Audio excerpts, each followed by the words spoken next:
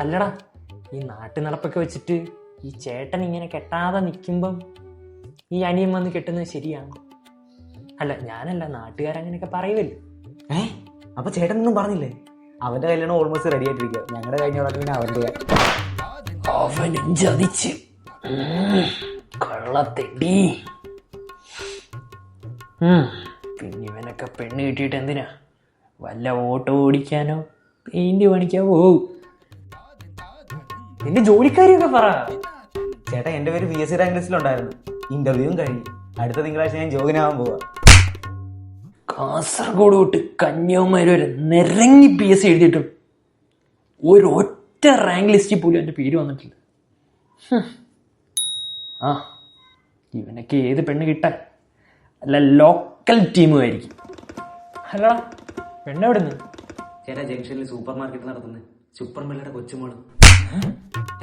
ചേട്ടൻ ഇത്ര വേഗം മറന്നു? 5 വർഷം ചേട്ടനെ പ്രേമിച്ചിട്ട് അവസാനം ദുബായ്ക്കാരനോട് പോയില്ലേ? കീർത്തിയുടെ രതിയാർത്തി അവളാ. ഈശ്വര, ഞാൻ നോക്കി വെച്ച സൂപ്പർ മാർക്കറ്റും തെങ്ങും തോപ്പും ഈ പരട്ടയ്ക്കാണല്ലോ വിധിച്ചത്. പോയത് പോയി. ചേട്ടൻ എന്ത് ആലോചിക്കുന്നേ?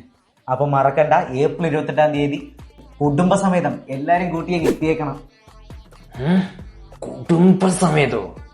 ഇപ്പൊ ജോലിയില്ലെങ്കിലും കഞ്ഞിവെള്ളമെങ്കിലും കുടിച്ച് കിടക്കാം. ഇനി ഇവന്റെ ചേട്ടനെ കല്യാണം കാണിക്കാൻ ഇവരെ കൊണ്ടുപോയി കഴിഞ്ഞാൽ ഉള്ള കഞ്ഞിയിൽ ഇവര് വിഷം കലക്കി തരും. ചേട്ടൻ ഇപ്പൊ എന്താ ആലോചിച്ചെന്ന് ഞാൻ പറയട്ടെ.